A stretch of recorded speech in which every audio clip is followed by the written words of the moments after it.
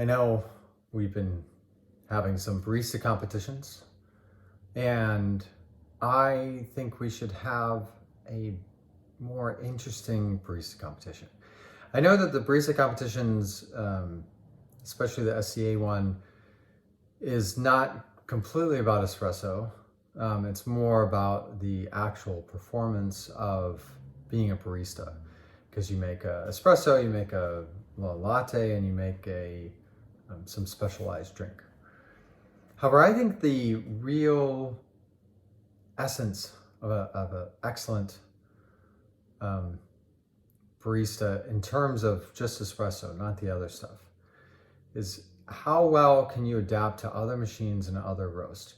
Usually in these espresso competitions, you're using really good coffee. So why don't we change it up? Why don't we say we give everybody the same coffee, but you give it multiple coffees and you do something crazy? So what if you gave a couple coffees and then you had people compete across a variety of machines? So maybe you don't do this whole grid. I laid out this grid because I was trying to have some sort of understanding of how you could even weigh the points for these machines.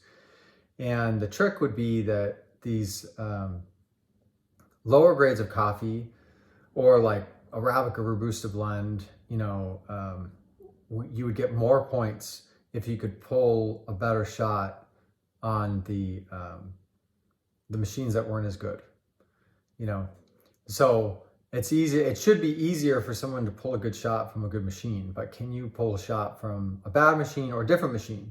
Even if you had this competition for lever machines versus E61 machines, or lever machines versus E61s, and there's a variety of lever machines you could use, and you could include something as simple as the mocha pot. Like, what if that was the competition?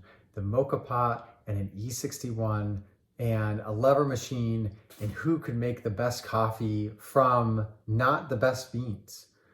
I think that would be really interesting because it gives a different flavor of what people typically use.